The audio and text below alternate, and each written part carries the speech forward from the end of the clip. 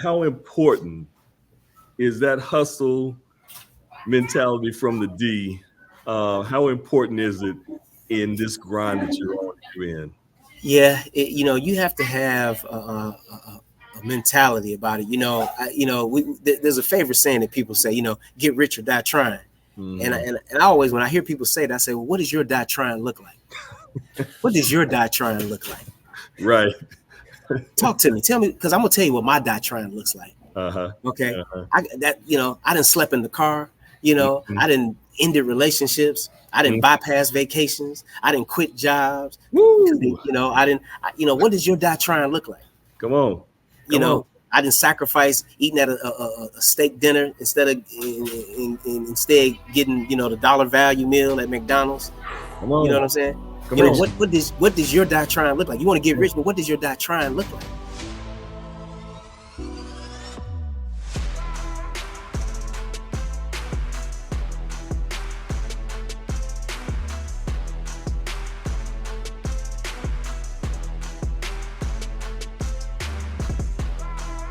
Hey guys, welcome to the Soul of a Man podcast. It's your boy DB here. I am here with my brother, my wonder twin, Michael Allen Humphrey Sr., aka Hump. For those who have known him since the early 80s, he also goes by Chill. Chill, it's great seeing you, brother. What's going on You with you today?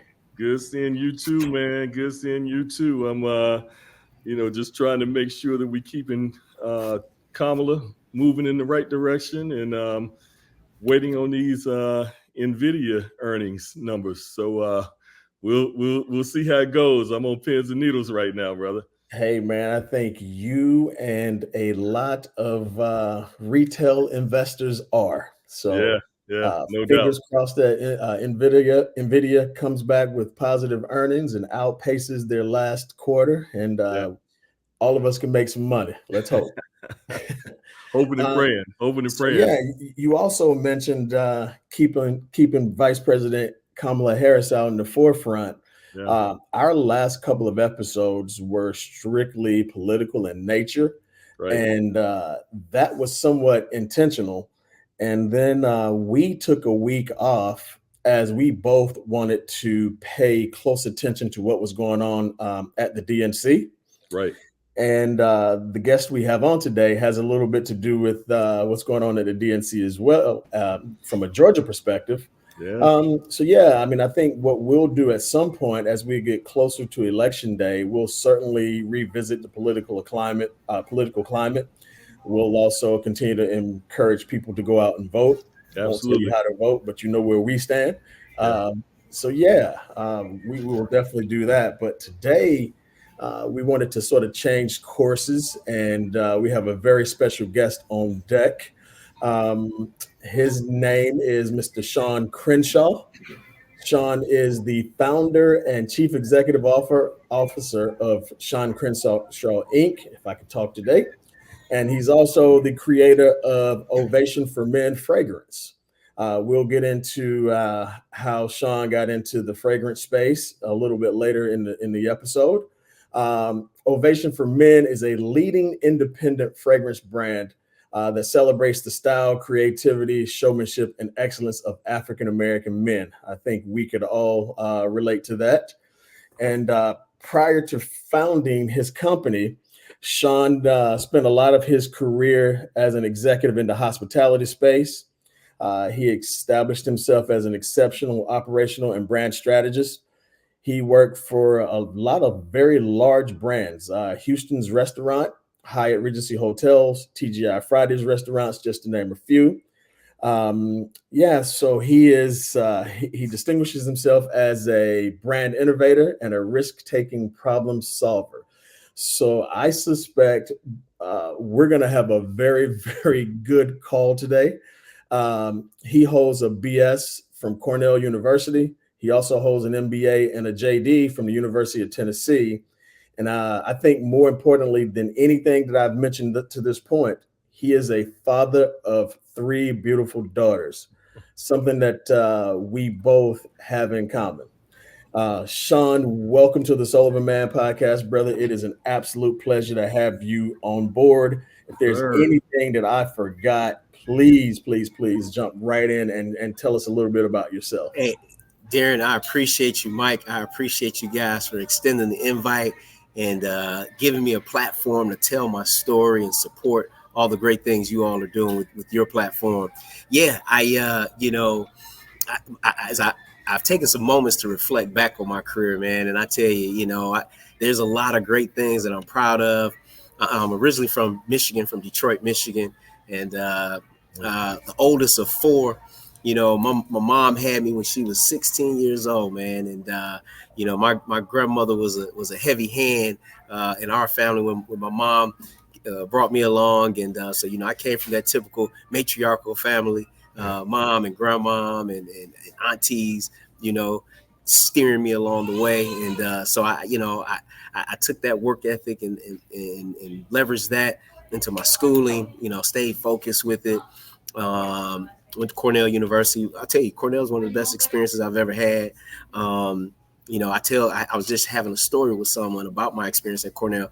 Unbelievably, I didn't know what a bagel was until I got to Cornell. Unbelievable. I had no idea what a bagel was. I tell you, in the Midwest, we grew up on toast and English muffins. That's it. I had no idea what a bagel was, but I was sharing that story. It was like, you get out of here.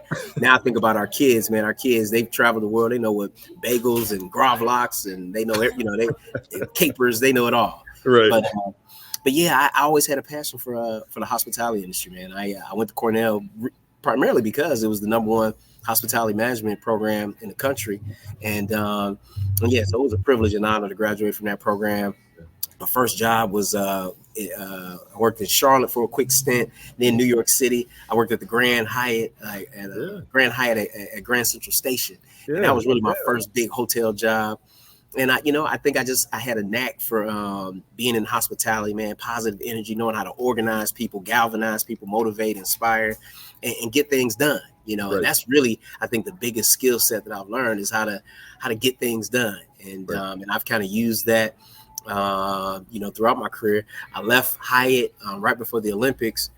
My ex-wife now, but it was my high school sweetheart, was graduating from Spelman. And she was like, I'm coming to New York. I was like, nah, I don't come to New York. I'm coming to Atlanta. The Olympics will be there soon. And so I moved to Atlanta, man. That was back in 94. And I stayed in Atlanta pretty much till about 2021.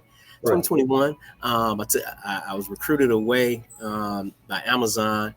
And I did a stint in Spokane, a stint in Seattle, a stint in Nashville in the HR space. Okay. And but along that entire journey, I always had a passion for entrepreneurship. Always had a passion for creating something that I could put my name on, and my fragrance brand represents kind of that passion. And I know we'll talk more about it, but I mean, yeah. So that's kind of my journey in a nutshell. I did take a break in my career. Now, to go back to school, as you mentioned, I have an MBA and a JD from the University of Tennessee. I kid with a lot of attorneys. I thought about practicing law, but when I was interning in law school, most attorneys weren't happy. I had already had an 8-9 year career before I went back to grad school. So I took a break from my career to go to grad school. And man, a lot of the attorneys and stuff they just weren't happy. And so we know some of them. Yeah. It's about those billable hours. Yeah, they're stressed out. I didn't want to live that life, man. And so I took my legal training back into hospitality, and that springboarded me into HR. So I pretty much cut my teeth in human resources in the hospitality industry, and that was 15 years ago, and I've kind of been in that space along with my entrepreneurial venture. Got it. Yeah. No, that's good stuff, man. So really quick, I sort of set the table for this. I suspect the direction this is going to go in is twofold. We're certainly going to talk about Ovation as a business. And you're talking to two guys here today, Shawn, who could probably talk about business for a solid week straight without coming up for air. It's a passion of both of ours, something we love to talk about, something we love to do. But and then there's also this kind of parallel course in terms of the purpose of Ovation, because I think it's way bigger than the actual business itself. I know you have a tagline that every man deserves an ovation. especially as it relates to those of us of color. And we want to really take a deep dive into that. I actually have some questions. Chill and I talked about this yesterday because I'm like, does every brother really deserve an ovation? I could probably name a few that we might put a question mark beside, since we were, talking politics a little bit. But again, I suspect there's a way that we could actually give those brothers an ovation and a round of applause as well, regardless of what their political beliefs are. So you have this kind of parallel course, and I think at some point, there's a cross section of the two in terms of the business of it and then the purpose of it as well. So definitely want to go ahead and sort of track down that road. Chill, I'll let you take it from here, brother, and I'll shut my mouth and give you a chance to ask what you need to ask. Yeah, let's just start with why. Yeah. And even that's twofold, Shawn. Why Ovation, and that's getting more on the purposeful side of it for me, purposeful and business. I love to hear both of them from you, as well as what has been the path of starting it and why a fragrance. Yeah, no, those are great questions. And I love telling this story. I think we all understand that fragrance is a big part of our style, our swag, our persona. Our dads, our uncles, even ourselves, fragrance was introduced to us. And I think we all have a story of that first fragrance that we wore in high school or college. You go down the list of all the great classic, fragrances. And that first polo. Yep, that first polo. You got, what's that? Take you back. The green. That high karate that granddad had. There you go. See what I'm talking about? Way back. See what I'm talking about? See, we all have a fragrance story that was a part of our maturation, and we had those special moments. And so for me, my dad was a fragrance guy. And I tell you, I remember, I was in grade school, maybe 6th, 7th grade or so, man. And dad was picking me up from school, and he knew I had a long face, man. He picked me up all week. He's like, son, what's wrong, man? You get in the car every day and you look like you had a bad day. And I told him the story of how, I had this crush on this girl. And man, we would go outside on the blacktop, man, and I would try to get her attention. No love, no nothing. I would try to be nice. I would try to say things, nothing. And he's like, you know what? Tomorrow I got something for you. So he on my way to school, he says, son, try this on. And it was some Pierre Cardin fragrance. And man, I sprayed on that Pierre Cardin, man. Lunchtime came. I passed by her. She was carrying her tray through the lunch line. I passed by her. She turned. She was like, ooh, that smells really good. And I was like, yeah. Her name was Stacy. I was like, yeah, Stacy. That's me. And then that proceeded to when we had recess. Shawn, she called my name. Shawn, come here. And she, I was, helping her with stuff outside. We were just talking, and it made my day. I was like, man, I think the fragrance saved the day for me. So my dad picked me up. I told him, I said, Dad, I think you had it all figured out, man. That fragrance, that Pierre Cardin, that did the trick, man. I couldn't. Stacy was just talking to me all day long. Like, I couldn't. He was like, see, son, it's about that fragrance. See, if you make sure you smell good, you'll always feel good. You'll look good. That fragrance does something. And so it stuck in my head. I was like, man, if a fragrance has this type of power, I want a fragrance when I get on. I want a fragrance with my name on it. And so that was my story. Wow. That I latched onto as a kid. And as I started thinking about entrepreneurial ventures, entrepreneurial ideas, it came back to me a Christmas while I was shopping for my relatives. I went into Macy's or one of the major department stores, and I looked at all the fragrances, all the marketing materials, and none of them looked like you, Mike. None of them looked like you, DB. None of them looked like me. All the models, they had on Speedos with their hair slicked back, a 6-pack. Yeah. And I was like, this guy doesn't look like my uncle. This guy doesn't look like my dad. This guy doesn't even look like me. And I said, you know what? There's an opportunity to create a fragrance that represents us. That's a true, authentic representation of us, that messages us deliberately and authentically and unapologetically messages us. And I said, you know what? I'm gonna figure this out. I went home that night. I Googled, and from my Google search, there weren't any Black-owned fragrance brands, And so I started just being obsessed with trying to bring the idea to life. I went to these fragrance conferences. There was a fragrance conference in LA. I just registered for the conference, flew out to LA. There was a conference in Vegas. I went out to that. There was a conference in Florida, and I just started kind of elevating, pitching my idea. And I ran into a young man that was recently retired from Estee Lauder. He was a North American VP of marketing. And I told him my elevator pitch. He says, you know what, you're on to something. He says, ethnic communities purchase personal care product, including fragrance, 2 to 1, 3 to 1 than any other demographic in the marketplace. Right. And so he says, you know, you're on to something. You know, there aren't, and he had a very stellar career across many of the big fragrance houses. He's like, they don't purposefully target, but they know that your demographic is a backbone for the fragrance industry. And so he's like, you know what, give me a call. I called him after the conference, and we talked some more. And he says, you know what, I'm going to turn you on to some folks in my Rolodex that can help you bring this thing to life. And then it took about a 2-year process, picking out the recipe, work with a perfumer to work on a prototype recipe. We did prototype packaging and bottle design and going back and forth trying to figure this thing out. And I launched a small batch of it, and I was literally selling it out of the back of my trunk. Just going to my friends and say, hey man, I got a fragrance, check this out. Put up a website, and we started our journey, man. That was back in 2013, direct to consumer. Right out of the back of my trunk. And and I had my trials and my tribulations, and keeping the product stocked and scaling. Let me go back to just the name, name. As I thought about when I was starting the brand, at least my initial research, the news was being dominated by headlines of our young men being targeted, by the police. And if you talk about the Ferguson incident, you could talk about the incident in New York City, you could talk about Minneapolis, all of that. All of those things were playing in the background as I was doing my diligence for the fragrance. And I knew that I wanted to create a brand that projected something different than what people normally see on the news every day. And I knew that my dad, my uncle, your dad, your uncle were men out here working hard every day, raising their families, and were unrecognized, of doing the hard work that it took to make sure that, we were, going to school and being upstanding young men. And I said, you know what? There needs to be a fragrance brand that, in addition to that fragrance representing their style, their swag, their confidence, but also a fragrance brand that authentically celebrates us. And so I said, you know what? It's deserving of an ovation. The hard work that our dads, uncles, granddads, our ancestors put in.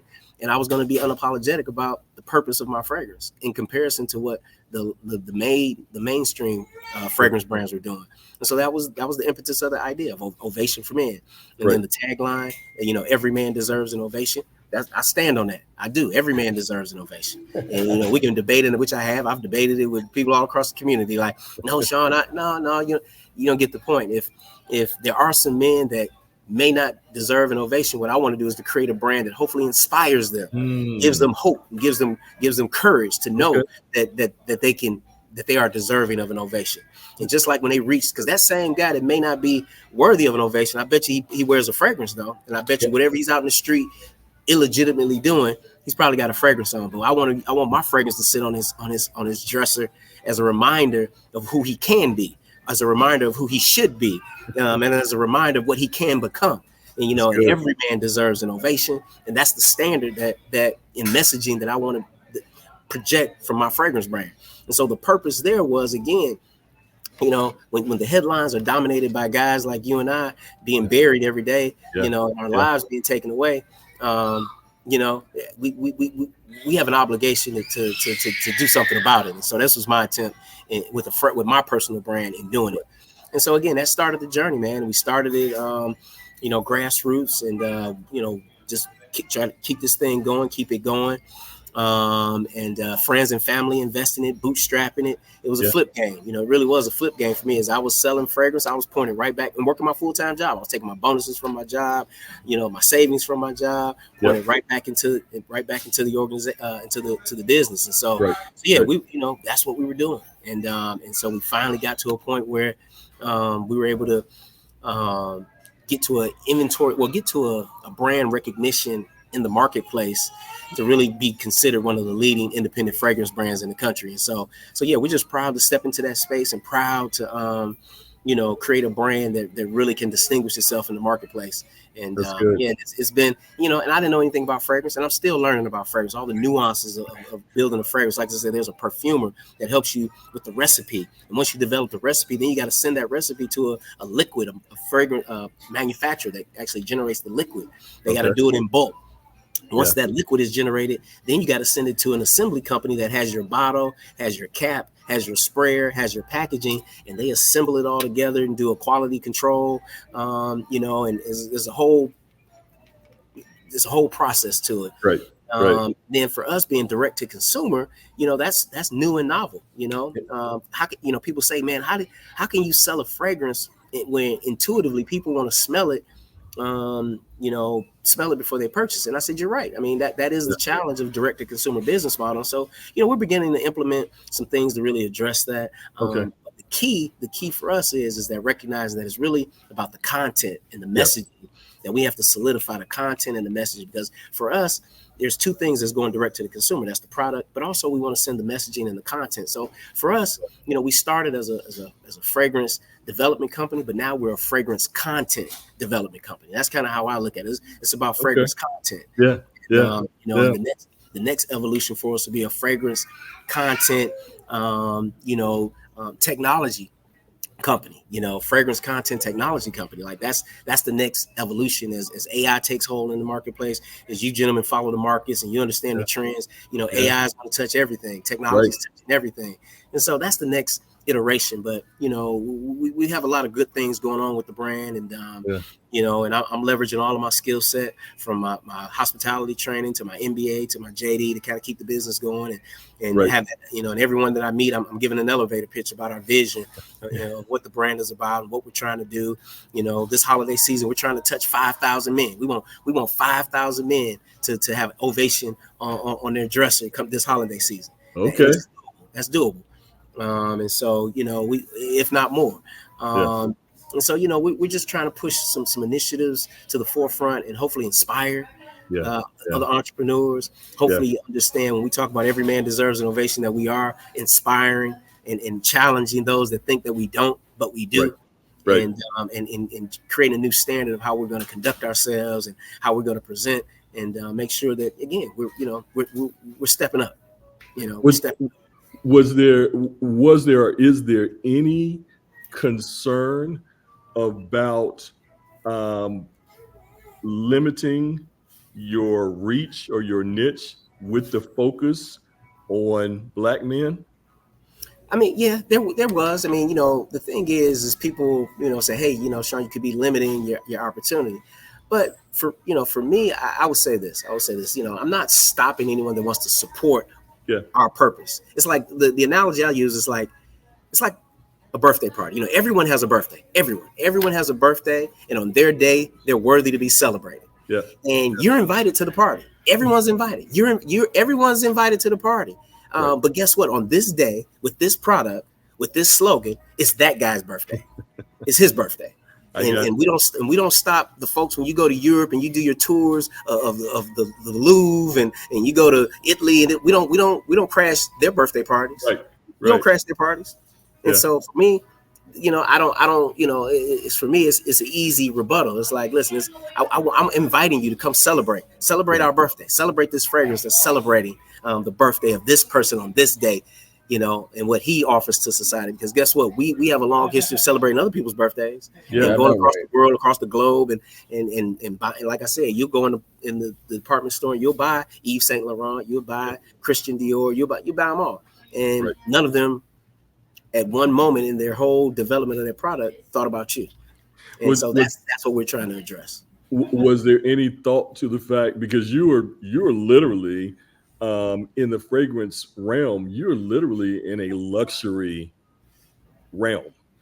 And I say that you and I we're literally just meeting, and we'll talk further at another point. I was a custom clothier for 20 years, and suits, shirts, footwear, the whole nine. And it can be a tough market. But you're in the luxury realm with a product that's very nicely priced, so it is attainable. it seems to the masses. Yeah, it is. I mean, we looked at our market competitors. I mean, our price point is competitive. We strategically decided to have a price point that wasn't at the low end, but wasn't at the high end either, but competitive to the higher ended fragrances. And so, and that was on purpose. I mean, we wanted to be deliberate in projecting a sense of value for the product. And again, there are a lot of discount retailers, but we felt, because we're still trying to establish our audience, establish the brand itself, we didn't want to undercut ourselves too early with a discounting strategy. And really establish the brand of because we're really at the tip of the iceberg. I mean, there's still millions of men who have no idea what Ovation for Men is, Right. Yeah. So we wanted to make sure that we maximize the opportunity to introduce our product to those million men that know nothing about it, and what we stand for and what we mean, and what the product represents. And and over time, I mean, we'll have some discounting strategies, but right now, we want to be able to compete, and I want to be able to push a storyline about our product that's comparable to Yves Saint Laurent, that's comparable to Christian Dior, that's comparable to Ralph Lauren. Like, we want to make sure that when those names are mentioned, that people don't forget or neglect to mention a brand, a Black-owned brand in the fragrance space that's doing great work. Just as doing great work also. Good. Let me ask you this, Shawn, and what I find in terms of people of color and their entrepreneurial ventures, it comes to a point, and we're going to go ahead and put this out there and speak it into existence. You're going to be a household name. The majors are going to come running and knocking. How do you, and maybe you don't, it just depends on timing, I guess. How do you maintain the integrity of the brand and look at that dollar amount they're going to throw at you at the same time? Yeah. I tell you, we're so deep in just trying to scale the brand and getting the brand where we want it to be. Those conversations I have had with my team. I think we're just going to wait and see how it plays out. I think, a lot of people kind of knock Black entrepreneurs for selling their brands at a certain level. I recognize business. Business is about building value and then, getting the value of what you put in, and potentially selling. I mean, some people operate generational businesses are fine, but, for me, I'll be quite frank. I'm definitely trying to position the brand for the big boys to come knocking. That's the name of the game. That's what we're in it for. Yeah. But what I won't do though is entertain the pressure of changing the purpose of the brand while we're building it to that point. I don't want to compromise something that really is an issue in the fragrance industry. There's an issue, and we talk about, I don't want to be a complainer. I want to be a problem solver. So for me, my brand is my humble contribution to the culture to change and offer something different than what currently exists. And so I think I have an obligation, and not to compromise what the purpose of the brand is. It's to bring attention to guys that look like me, you, your dad, your sons, your granddad, your uncles, and let people know that there's a fragrance brand that not only makes them smell good, but it makes them feel good. Not only makes them feel good, it makes them want to be good. It wants people to also buy into it to further celebrate us. Because guess what? People gift us things that are representative and personal to us. And so I'd love for our mates, our wives, our moms, our children to say, Dad, you deserve an ovation. Dear husband, you deserve an ovation. Dear son, you deserve an ovation. See, that's what this is about. If Coke can say, have a Coke and a smile, then why can't we say every man deserves an ovation? If Nike can say, just do it with our talent, they can say, just do it with our talent, then why can't I say every man deserves an ovation with our talent, with our faces? I can, and I will. And that's the purpose of what we're doing. And so I always try to tell people, like, listen, the formula is all around us. My issue has always been is that we want to discard and discount when we apply the formula to ourselves.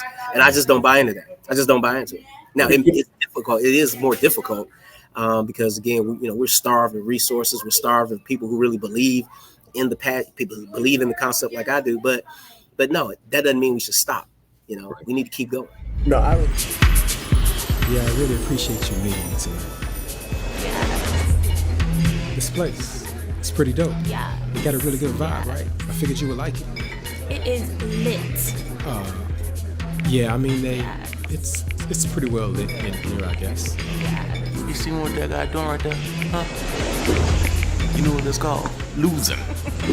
That dress Yeah. you have on, you are wearing it. How you gonna lose and smile at the same time? You look amazing. Thanks.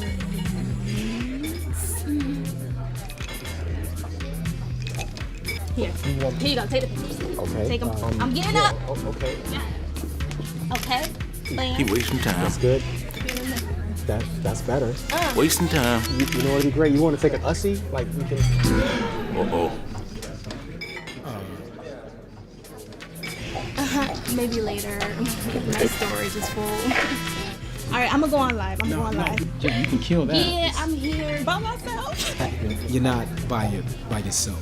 Hey y'all. Fish tacos. Thank God for you. And avocado tacos for the ladies. Avocado taco, perfect. Is there anything else I can do for you? No, we're good. You sure? We're good. And look at this boy. You know what? I'll be right back. Yo. Oh, here we go. The boy done gave up. Gotta flush yourself down the toilet.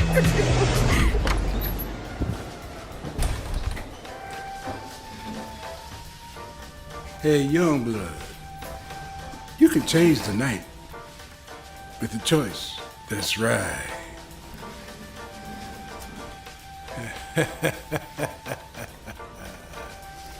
Okay, old man. I'll bite. No. All right. That's the one. Now go make some magic, son. That's all right. Hey, I'm back. Oh, you came back? You should have climbed out the window. I think we should probably just order dessert. I heard they have amazing cheesecake here. Or you can order two real good. This. Can you bring us some minutes? Here. Y'all. Smell him. Smell him. So, I like the mood, so I like him more. He's so good. Smelling good to get you to the finish line. Yes! Uh-oh. Every man deserves an ovation. So damn good. Ovation. For me. No, I would agree, and I love it, man. I follow you on social media on several platforms, and so you're not new to us. It's funny. I was on TikTok, and the sister Nicole Glass, Yep.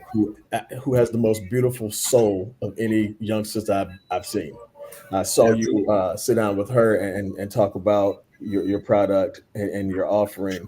The one thing you mentioned, I saw it on Facebook, was how these big brands try to portray and market to us, and Gucci did the blackface.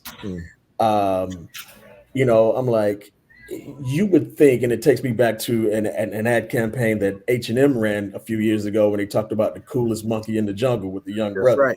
That's right. I'm like, there were two major fails there. Number one, either the agency you use didn't have anyone of color on staff, or you don't have anyone of color on staff as you get these ideas and concepts presented to you. And the same thing goes for Gucci with that horrible concept that they came up with the kid in blackface. The one thing I will tell people, and I always frequently say, is that the advantage you have in terms of marketing to men of color is because you're a man of color. So again, I think once you get to that point where there's a substantial offering to you, I think the other thing you demand in terms of your asking is a seat at the table to continue to make sure the integrity of your brand stays intact. because the first thing they want to do is start monkeying. I hate to use this word, monkeying and toying with the concept and also everything else, because it becomes a money grab for them. Yeah. So no, man, I commend you for understanding and standing and sticking to your laurels as it relates to that, brother. Yeah. No, I appreciate it. I appreciate it. And and again, the examples are all around us. There is power in both in dollar and influence in the culture, and I think, we sometimes balk at tapping into that for our own benefit, for building our own brands. We'll gladly let others come in and tap in, but we don't do it for ourselves, or we sometimes feel like it's, I don't know, off base or something. But I just disagree. I think the advantage that I have is that we are building it grassroots. We are taking it to the streets, quote unquote, to the streets. We're building an authentic fan base with authentic messaging. And as the face of my brand, authenticity is what you're doing true, and is it believable? And I think that's the core of being authentic. And what you see from me and you see from my customers is that it's true, that they love it, and their love is believable. And that's kind of my passion for fragrance is true and it's believable. Right. And I think that's the influence that we need to tap into, the authenticity that we need to tap into, to then leverage that into a relationship, and then leverage the relationship into consumerism, and then leverage that into wealth building, and that's, we are in the biggest capitalistic consumerism society on the globe. Why can't we? I mean, it takes work. It's taking some work, but I think it's worth it. Work been harder in your long and illustrious corporate career, or much harder work as an entrepreneur? I think they're equally, in my opinion, they're equally tough. Depending on your lens. I mean, as you go up the ladder, definitely there are some rewards and just laurels that go with, having that big C-level position or big regional position, or or being high up in the organization. But what I found too, though, there are some pitfalls too. There's some pitfalls and there's some risk. And so depending on how well you can emotionally grapple with some of those things, it can feel like you're on an island alone, which is similar to how it feels to be an entrepreneur on an island alone. You're dealing with your own things in your head about your future. You're dealing with how did you get here and where you're going, and dealing with other entities that are either being passive aggressive or microaggressions, and and so that aspect of it for me, the microaggressions, passive aggressiveness, or just bias, I enjoy being away from that when I'm working on my entrepreneurial venture. But then there's other things that come with an entrepreneurial venture. I'm undercapitalized. I'm trying to scale. I have a great vision and purpose, but it's not reaching people as fast as I want it to. I have some partnerships that, I think I'm well positioned to take advantage of, but, we got to scale. And it takes fuel, as you all know, it's capital access, not just access to capital, but the deployment of capital is what separates my brand from these other brands that we think they just made it because they put in more work. Nah, they ain't made it just because they put in more work. Nah, they made it because their product is better. Nah, I'm not gonna buy that one either. You got to understand that when I was making my pitch, there were people that was telling me like, it ain't gonna sell. Like we're not familiar with the demographic, with the demo that you're speaking of. That's not our demo. We don't want our, and there's a bias in retail, fashion, consumer products. There's a bias. A bias, and people don't want to admit to it, but there is. And so the burden of breaking the bias is on us. And so that's a harder task. And so that's what I'm finding. I stay up at night trying to figure out how do we scale this thing where it really becomes a household name. That's the biggest challenge, is scaling. And it's really a factor of capital. It's not only access, but the deployment of capital, somebody to say, I believe in this. because all this stuff, you guys you look at these earning reports, you understand some of the drivers behind some of these earning reports and what's really going on. People have a lot of these companies have the luxuries that they have because they have the capital. Right. They have the foundation. I saw a report where Facebook went, I don't know how many years without revenue. Yeah. Google went, I can't remember how many years with no profit. I mean, we're talking years and years and years and years and years. Right. And they were able to do it with capital to keep them at a scale that when they did start turning revenue, then it was monumental. It was big, And so for us, we just don't have that luxury. At least my brand doesn't have that luxury right now. And there's a lot of brands that are fighting a good fight, and some good examples of folks that have kind of cracked the shell to a degree. But overall, when I talk to entrepreneurs about their journey, we all say the same thing: is access to capital. Yeah, I think people forget how long it took Amazon to actually become profitable. I mean, literally years. Right. And everything they were making was basically on paper, so it wasn't real money. Right. And, they were taking care of, you go through an IPO, you take care of your institutional investors, you get more institutional investors. And then finally they broke a profit and then didn't look back. Right. So I think that is the problem that a lot of us have is getting capitalized properly. Not only finding, your small mom and pop, your friends and family, but at some point you're going to need that institutional investor to scale it, angel investments or whatever. So yeah.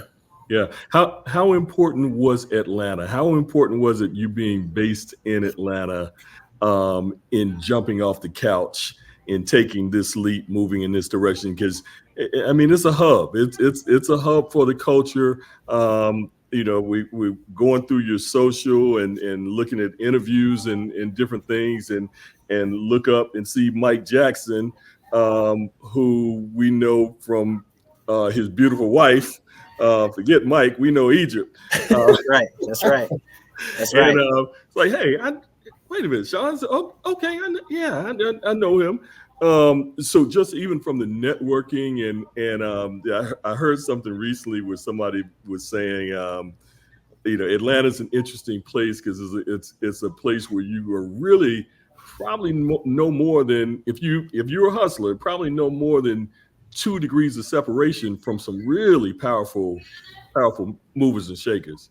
Yep. Just want your take on that. Yeah, I tell people this: Atlanta probably is the perfect city for me because, like you said, it's a hub. People are in and out of Atlanta. Movers and shakers, influencers. Yep. People that are doing innovative, creative things come in and out of Atlanta. So you can literally, no matter what field, what industry you're in, you can literally come to Atlanta, start at the bottom, and with a little hard work, a little determination, you can actually reach the person at the top. And Atlanta has an ecosystem of entrepreneurism, an ecosystem of networking, mentoring that I think is unmatched. Black mentorship, Black networking, Black entrepreneurship that's unmatched in any other city. And I think, you can easily assert yourself and gain an audience if you have the right mix of things and know how to move and shake in those spaces. And so for me, Atlanta has been immeasurable in our success. I mean, it's the hub. I mean, people flying to Atlanta for conventions, for sporting events. Hey, I'm at those events. I'm passing out my fragrance, my samples, and those fragrance goes to different parts of the country, and then it takes on a life of its own. Right. And I can't say that in other cities, but Atlanta for sure is like the hub. And I'm gonna tell you this too. There's a stream of excellence that you can see. Mm-hmm. You can feel, you can actually dive in it, in Atlanta, and it's there, and it keeps you inspired, it keeps you motivated. So, I have nothing but positive things to say about Atlanta and Black entrepreneurism in Atlanta. Got it. Would you have jumped this off in Detroit? I would have, but I don't know if I would have been able to scale some of the walls and make the progress that I have. Like I said, like Mike Jackson, meeting him, Meeting some of the entertainers that have my fragrance, Yeah. some people that are within multiple industries, politics, sports, business, music, that I can't say that I would, to the degree that I'm experiencing in Atlanta, that I would experience it the same way in other cities. Atlanta is unique. Atlanta is special. Got it. Yeah, it is. Yes, no doubt. Well, your images, we've been looking, we've been watching. Your imagery is unapologetically Black, without question. So we noticed Alvesta Martin as the lady scream, one of the stars from All the Queen's Men, beautiful Ava Marceau, and other imagery that you're putting up that is just top notch, top notch stuff. How important is that for you? Yeah, I think it's very important. It's two-tier for us. One, we want to present imagery that, again, is reflective of our excellence. And, and I get it, people can say, oh, there's, I could do just everyday police officer, fireman, teacher, whatever. But I guess when you're trying to make a splash, you gotta be able to make a splash with the things that people are looking at. So that's one. And then two, the other brands, the major brands, the big house, the main retail brands, they're playing in the same space. And it's me trying to send a message that you're not the only one that has a guy with six packs and muscles and making the women swoon. You guys aren't the only ones. We have it over here too. And so for me, I've always tried to balance that line between, hey, let's celebrate us, but also let's send a message down the street to let them know what we're doing down here. That they're not the only cowboy in town. And we can do some stuff too. Right. But more so than anything, though, I definitely want to be consistent in the imagery. When people see an Ovation ad, an Ovation commercial, it speaks to excellence. It speaks to top quality. It speaks to some thought and planning. And so that's part of building the trust with the audience. Like that's the key part of this too, is because we're direct to consumer. A lot of people buy the fragrance without smelling it. So how does that happen? You have to build trust. And I think some of the things that we're doing with our imagery, to the degree that you're mentioning, the high quality, that's our effort in building trust. Got it. So we've seen you out in Colorado a little bit over the past few months. Hanging out with Coach. Yes. When we this past a year ago, we launched our second fragrance brand, Ovation for Men's Sport. And so we pivoted into the name, image, and likeness space. And the motivation, the inspiration, if you remember back in the day, there was Polo Sport. There was, Michael Jordan had a fragrance, so I wanted to pay homage to those fragrances that inspired me and that I wore. And I was like, we're going to do a sports version. And in the fragrance space, a sports version is more of a lighter fragrance, an everyday fragrance, a fresh, clean, that salutes kind of a busy lifestyle, And so we wanted to do that, we want to say, hey, we're going to come up with a sports version. And so what we decided to do, now that name, image, and likeness is taking hold in college athletics, we saw that as an opportunity to help introduce the brand to the market through name, image, and likeness, doing some partnerships with some athletes. And so that led us to giving a presentation to Coach Prime and his team, his staff, about our brand and seeing, what partnerships we could possibly forge. And so, having announced, we got some stuff we're working on. That's the stuff we're working on. Right now, we kind of hit Colorado at the peak of their popularity. It's like watching the stocks. We kind of hit them at the peak. So, you had to come right. If you weren't coming right to pay that ticker price, it's like, okay, we got to wait till it come down a little bit, so we can afford to get added to the portfolio. But the conversation is still there. The broker's waiting. They just waiting on to make the call. So, we got some opportunities.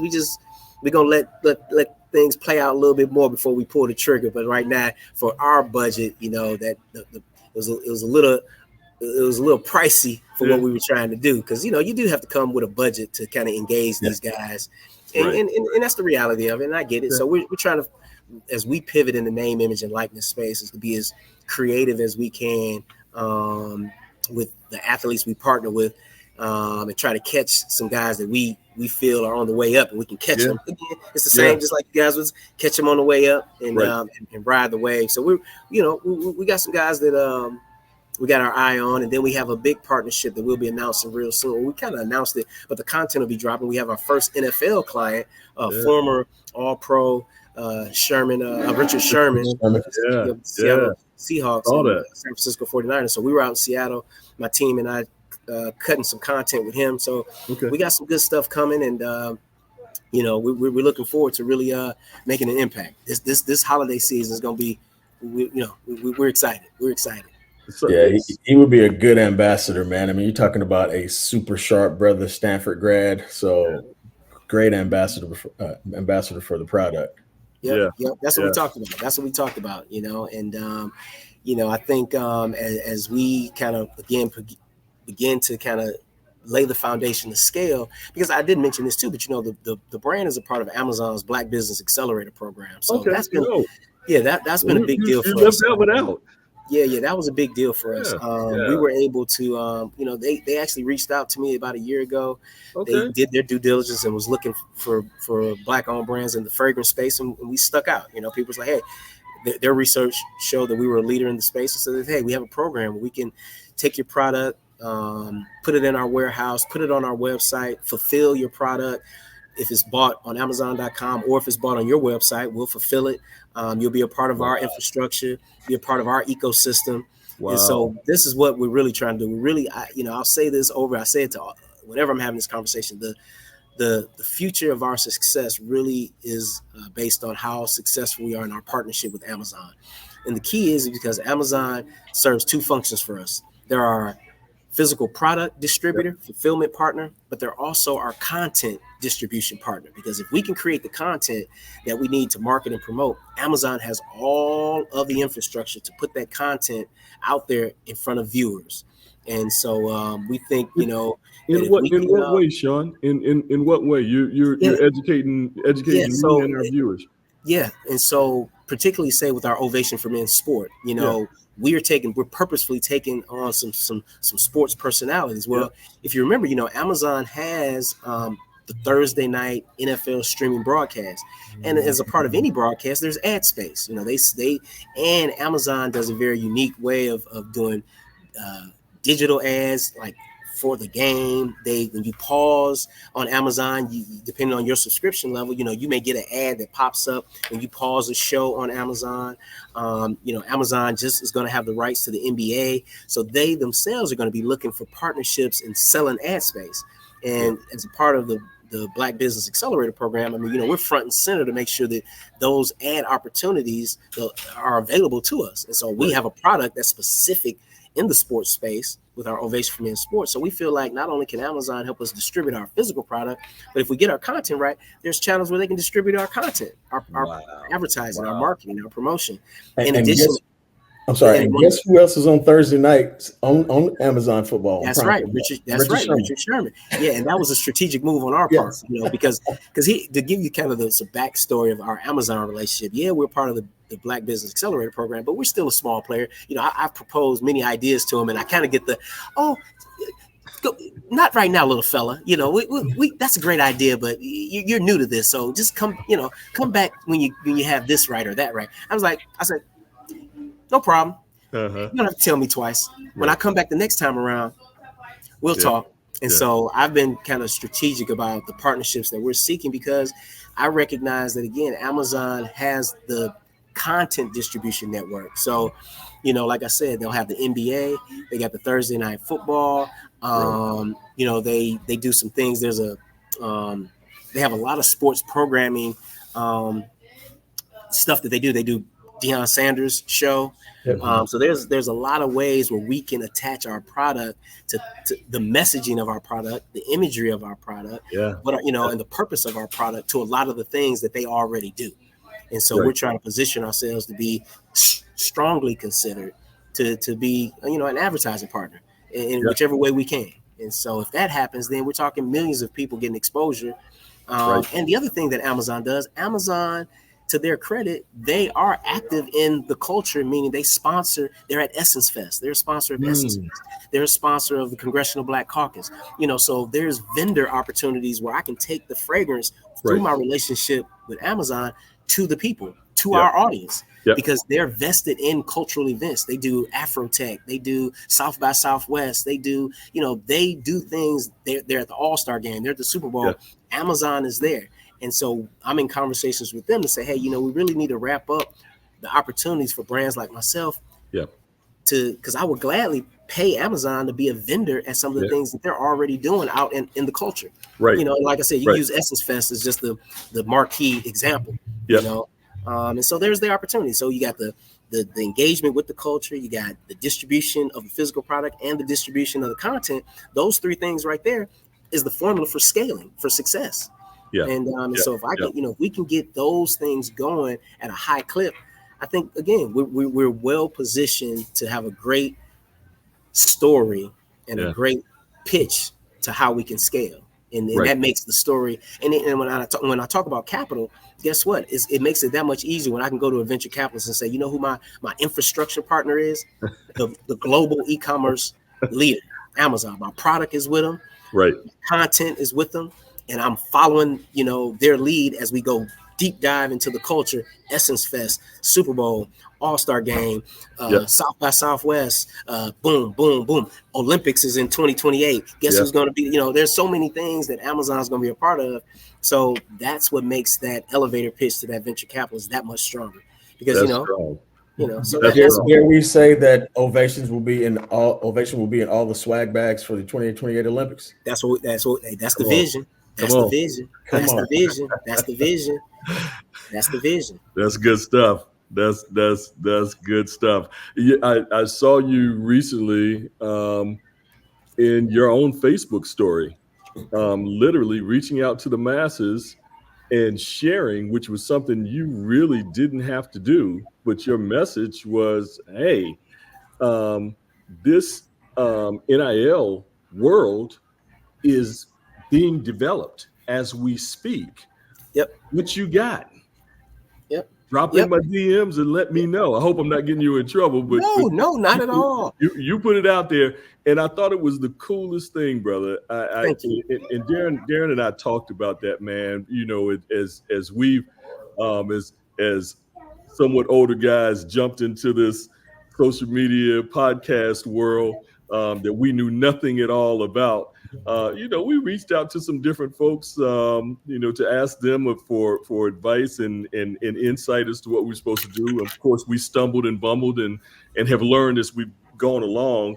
But for someone in the role that you're in, you didn't have to accept this invitation. And we know you're busy. We know your time is limited. And you are a rising star. Your star is rising, and it's going to be really cool watching it continue to not just rise but to soar. But we came across some real jerks, and not surprised by it. But Darren and I both laughed, and it's like, we're in this for the long haul, and we're going to keep climbing and keep pushing. Yes, keep pushing, Yeah. brothers.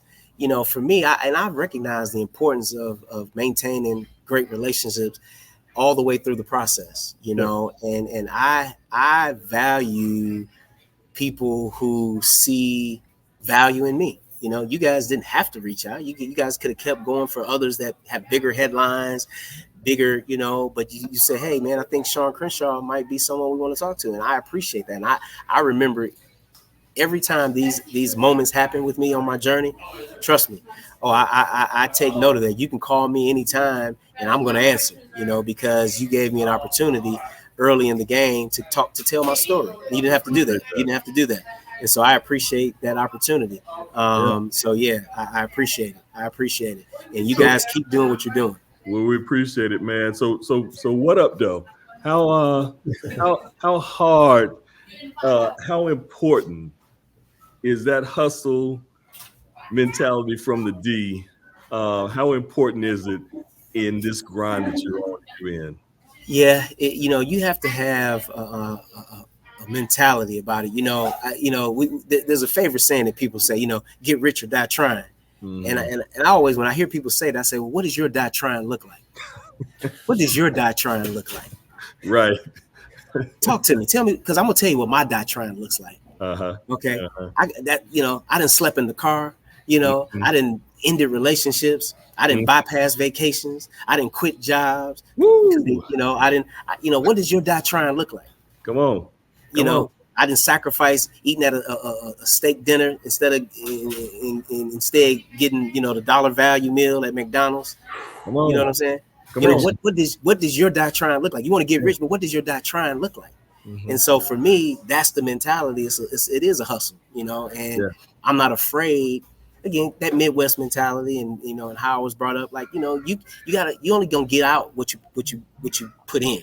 And for me, I'm not a guy that's gonna beg. I'm not a victim. I don't want to victimize my story. I don't, just be a problem solver and execute. As I said when I entered, when we first started the conversation, what I've learned is when you have an ability to execute and get things done and get results, that's really the difference maker. That's the difference maker, And so I kind of pride myself on there's not one thing that we can't do, not one thing. Now is it going to be easy? Now that's a different story, but we can do it. And so that's my mentality is, I want to get rich or die trying.